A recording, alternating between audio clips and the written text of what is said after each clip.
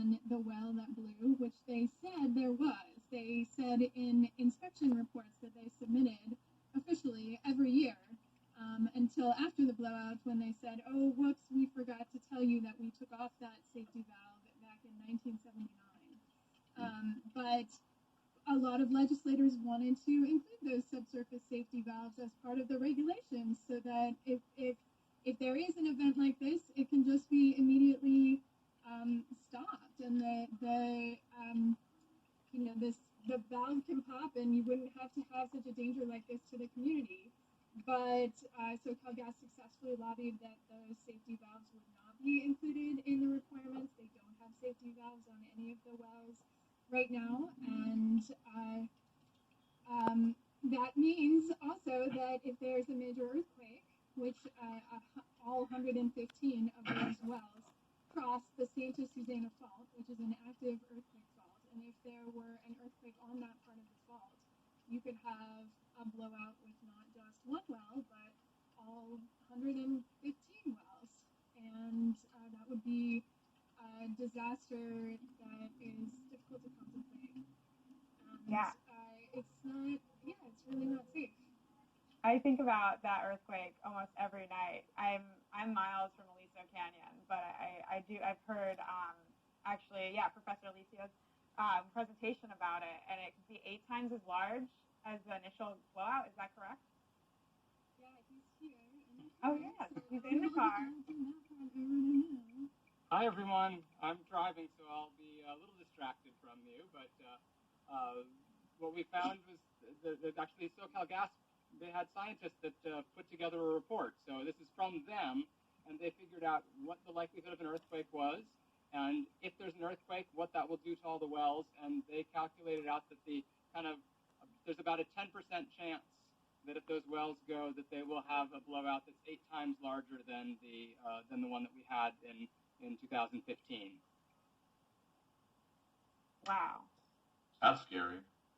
And unlike the last one, which you could put out by drilling one relief well, we saw how long it took to drill one relief well. It would be, like that game of whack-a-mole where, you put one out, but then it gets there's so many different pathways because all of them would rupture. They figured out that all of this 60 active wells, they've capped off some of them since the leak, but the 60 active wells would all be there, and so you'd have to shut them all down. Which is obviously, without the subsurface safety valves, is not an easy proposition. Yeah, the absence of these valves is so mind-boggling. It's insane. We could have stopped this leak immediately once it was discovered, and instead it leaked for 111 days, and we still don't have them. Oh man. Yeah. How does it feel having children in this neighborhood? Is it hard to live around the Aliso Canyon gas storage facility? Is that a hard question? No, it's absolutely upsetting. It's upsetting that we're willing to take this kind of risk with our community, and even more than that, as a mom, it's upsetting to have children. I think for everyone in this time where we are living in a climate emergency, and this facility is a big part of that climate emergency. So even if you don't live immediately near the facility, this facility is still endangering everyone's children because it is fossil fuels, it is greenhouse gases. Methane is a very potent greenhouse gas, and we know that we need to be getting off of fossil fuels and moving to a clean energy future. And this was such a clear opportunity to do that, where we had this massive failure of a fossil fuel facility in our neighborhood that was endangering the community, and we could have taken that opportunity to shut this facility down and find alternatives and look for clean energy pathways forward.